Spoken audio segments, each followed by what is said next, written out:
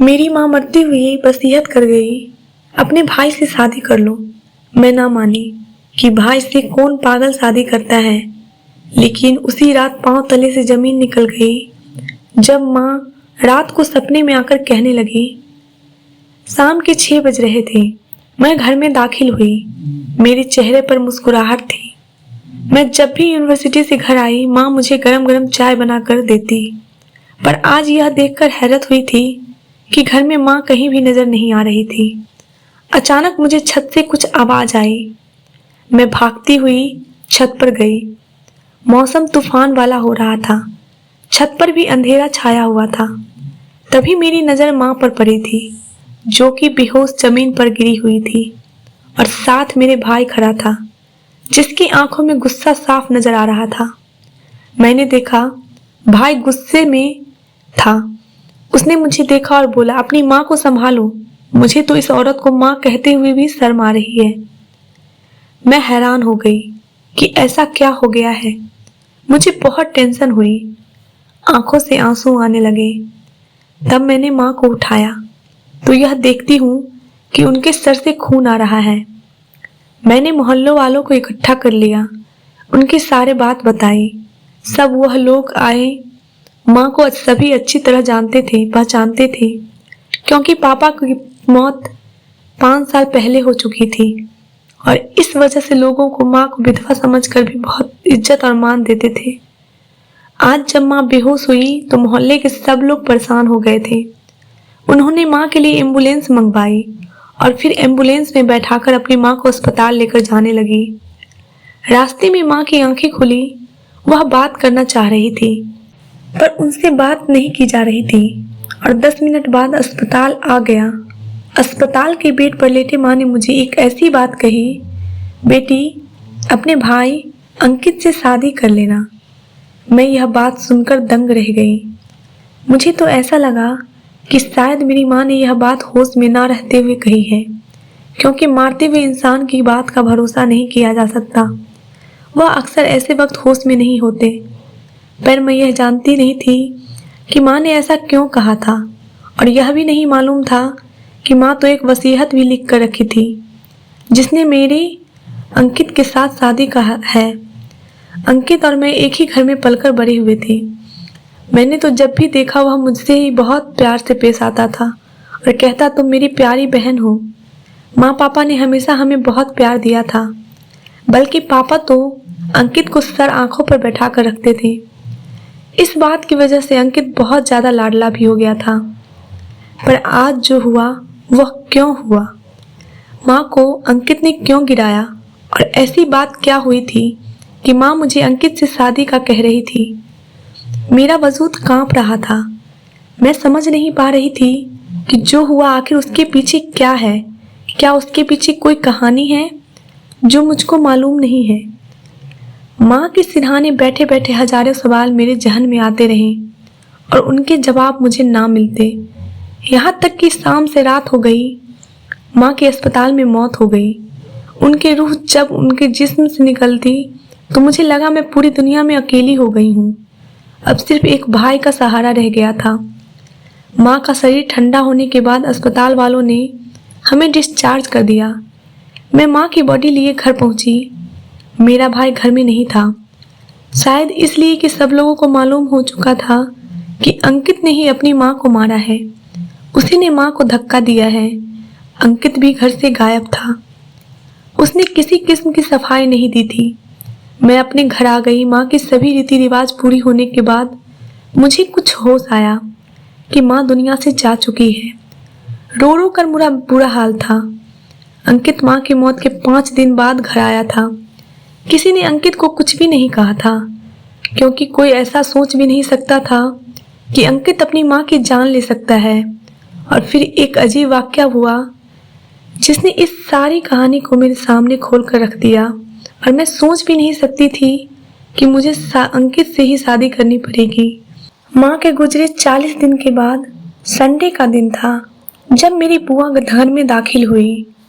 मेरी तरफ देखकर बोली, बेटी, तुम अपनी माँ के बगैर अब अपनी जिंदगी कैसे गुजारोगी? मैंने कहा, बुआ, इसमें जिंदगी गुजारने वाली कौन सी बात है? मैंने पहले भी जिंदगी गुजारी है, अब भी गुजार लूंगी। आप साफ साफ बताएं, आप क्या कहना चाहती हैं? बुआ मुस्कुराकर बोली, देखो बेटी, जब मम्मा दुनिया से चली जाए, पापा भी ना रहे, फिर बच्चों की शादी हो जानी चाहिए।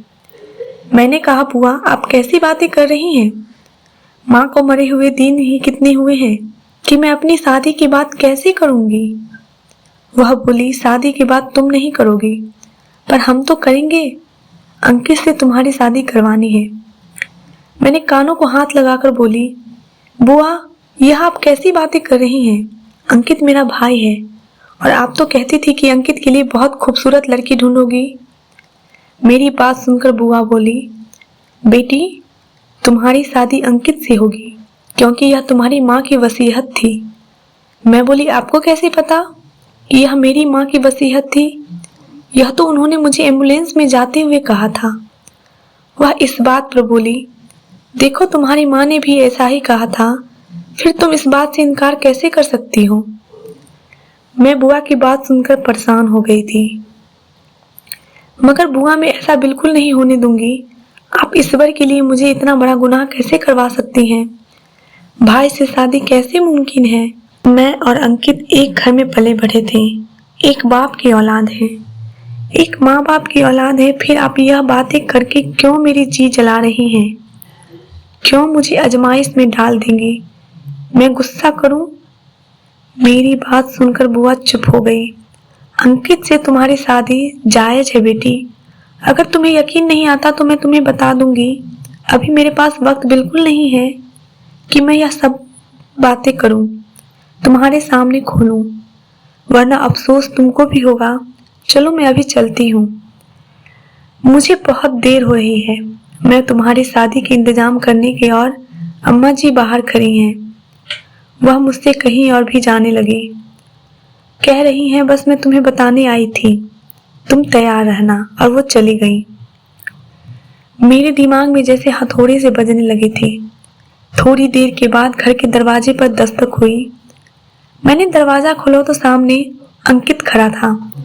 अंकित की आंखों में गुस्सा देखकर मैं डर गई। मैंने एक ही लम्हे में उससे सवाल किया, अंकित मुझे यह तो बताओ कि क्या हुआ है? तुम्हें माँ की वसीयत के बारे में पता है? हाँ आरती, मुझे अच्छी तरह पता है वह पागल औरत क्या वसीयत करके गई है, इसलिए तो मुझसे बर्दाश्त नहीं हुआ। और तुम जानती हो, अंकित सामने सोफे पर बैठते हुए बोला, हमारी माँ एक चरित्रहीन औरत है। अंकित मुंह से माँ के लिए जहर उगलने लगा।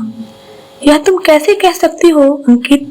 ऐसी बात माँ के बारे में? जब से पापा की मौत हुई है, माँ ने कभी किसी की तरफ आंख उठाकर नहीं देखा है। हालांकि वह शादी भी कर सकती थी। क्या तुमने ही माँ को धक्का दिया? यह बात सच है? मुझे तो यकीन नहीं आ रहा था। मुझे उसी वक्त लगा कि यह कोई हादसा हुआ है। भला तुम माँ की जान कैसे ले सकते हो? मेरी बात सुनकर अंकित ने मुझे अजीब सी नजरों से देखा और बोला, माँ का जो हुआ वह सही हुआ। वह इन सब की ही हकदार है। उनके लिए ऐसे ही करना मेरी मजबूरी थी। मैं अपनी जगह से उठकर खड़ी हो गई। अंकित पर चीख पड़ी, या तुम क्या कह रहे हो? अंकित, क्या तुम अपनी माँ की जान ले सकते हो? फिर तो मुझे भी तुमसे खतरा है।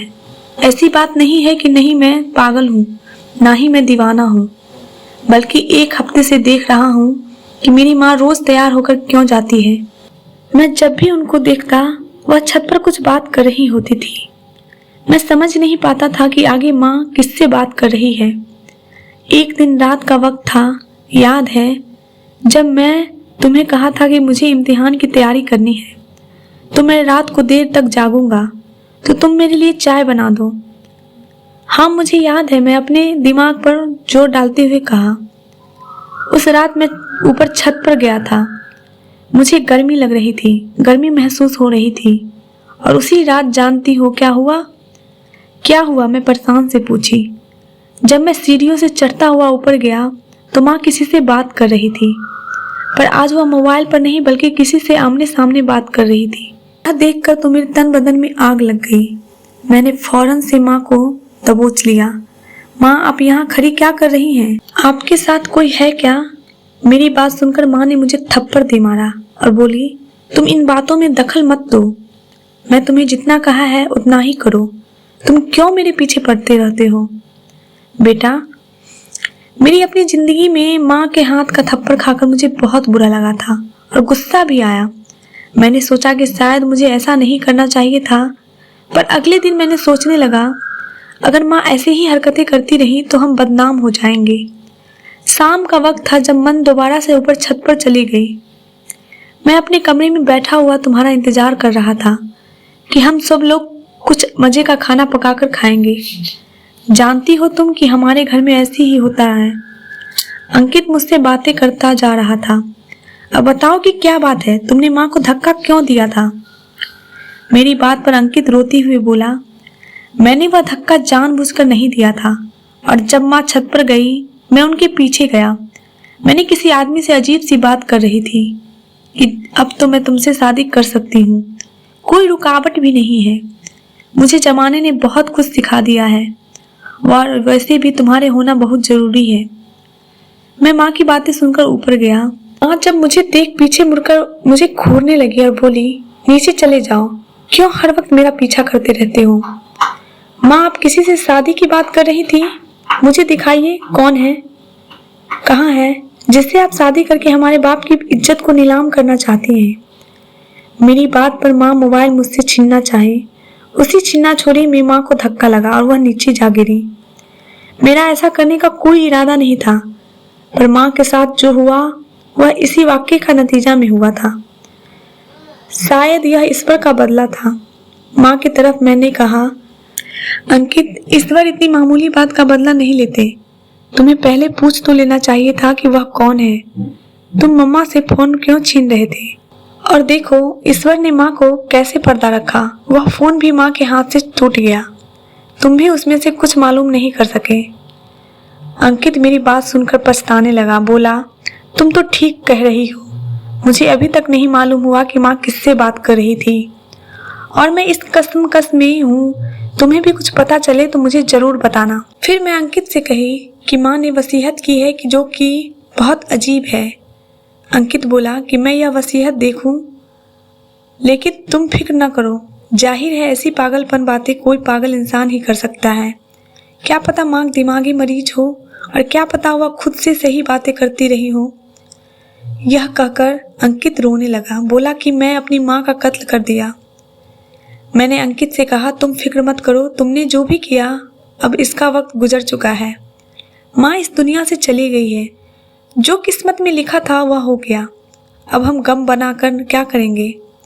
तुम अच्छी सी लड़की देखकर उससे शादी कर लो, फिर हमारे घर में रौनक आ जाएगी। मम्मा के गम को भूलना भी कम हो जाएगा।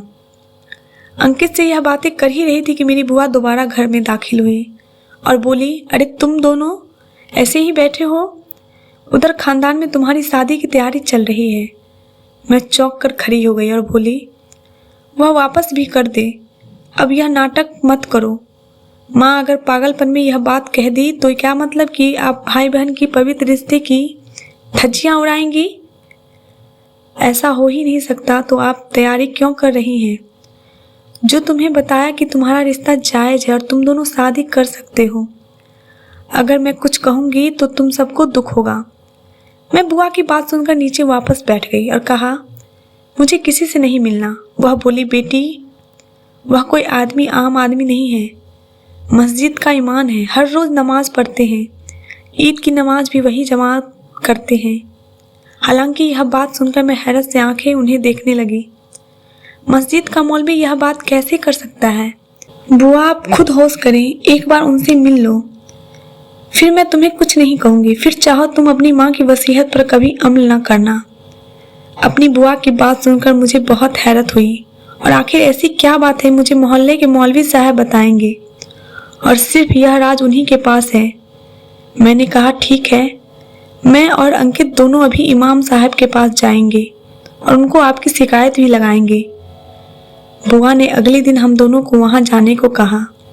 अगला दिन फ्राइडे का था। फ्राइडे के बाद मौलवी साहब फारिग थे। हम उनके सामने चले गए। मौलवी साहब ने हमें पहचान लिया और बोला, तुम बबीता के बच्चे हो ना, तो बस आ जाओ। बेटा, मैं तुम्हें कोई ऐसी हकीकत बताऊंगा जिसे सुनकर तुम दोनों ही अपने रिश्ते की हकीकत को पहचान सकोगे। मैं नहीं जानता कि तुम्हारी माँ ने यह वसीयत क्यों की है, लेकिन फिर भी यह वसीयत जायज है और तुम्हारी शादी होनी कोई पाप का काम नहीं है। पहले मेरी बात सुनना, उसके बाद तुम लोगों ने जो फैसला करना है कर लेना। मौलाना साहब ने बात शुरू की। देखो बेटी, यह उस वक्त की बात है जब तुम्हारी माँ की शादी नहीं हुई थी। बबीता एक अमीर घराने से ताल्लुक रखती थी। यह घराना इतना अमीर था कि आज तक कोई अमीर शायद ही होगा, पर गरीबों का भी ध्यान रखते थे। पैसा ही सब कुछ इंसान के लिए नहीं होता। बबीता एक आम से बच्चे को पसंद करने लगी। बच्चा इसलिए कह रहा हूँ, वो लड़का मदरसे में तालीम हासिल कर रहा था। उसकी शादी की तैयारी करना शुरू कर दी। और शादी कैसे होती है? जब बबीता किसी लड़के से इश्क करती थी, पहले तो बबीता को मालूम था शादी होने के लिए बहुत ज़्यादा अमीर शख्स होना चाहिए था, लेकिन उसके घर वालों की मर्जी के बगैर अगर वह कुछ करती तो लोग उसे ही जला देते। एक दिन वह अपनी बेटी के लिए लड़का पसंद करके अपने घर खुशी खुशी रिश्ता आया, तो उसे मालूम हुआ कि उसकी बेटी इस घर से जा चुकी है और वह उसी मदरसे के लड़के अहम के साथ घर से भागी थी, जिससे वह मोहब्बत करती थी। और फिर इस इश्क ने उसकी इज्जत पर दाग लगा दिया। बबीता के बाप ने जब यह बात सुनी तो वह गुस्से से लाल पीला हो गया। बोला कि मेरी औलाद की इतनी हिम्मत कि वह मुझे ही धोखा दे। अब तो मैं बबीता को ऐसा सबक सिखाऊंगा कि वह जिंदगी भर याद रखेगी। बस फिर क्या था बेटा, बबीता के बाप ने हैवानियत की हद कर दी। वह 1 साल तक अपनी बेटी का पीछा करता रहा, यहाँ तक कि उसको अपनी बेटी एक दूर दराज के गांव में एक आम से घर में एक आम आदमी की बीवी के तौर पर मिली, और वह आदमी वही अहम था। तुम्हारे बाप ने हैवानियत की हद करते हुए अहम को एक दिन अपने दोस्त के साथ भेजकर नहर में गिरवा दिया और वह किस्सा हमेशा के लिए तमाम हो गया। पर उसकी बेटी प्रेग्नेंट थी। उसने एक खूबसूरत बेटे को जन्म दिया। उसके बाप ने अपनी बेटी बबीता को अपने घर ले आया, और क्योंकि वह लड़का बबीता का कौन था, इसलिए वह उसे छोड़ भी नहीं सकता था और उसकी जान से मार भी नहीं सकता था। बस फिर क्या होना था? बबीता 1 साल बाद अपने घर आई। उसके गोद में एक बेटा था। बबीता बहुत परेशान थी क्योंकि उसका पति इस दुनिया से जा चुका था। बबीता का बाप उसके सामने अभी भी एक जालिम इंसान था। बबीता का बाप अपनी बेटी की दूसरी शादी करना चाहता था, पर पहले वाली एंगेजमेंट टूट चुकी थी।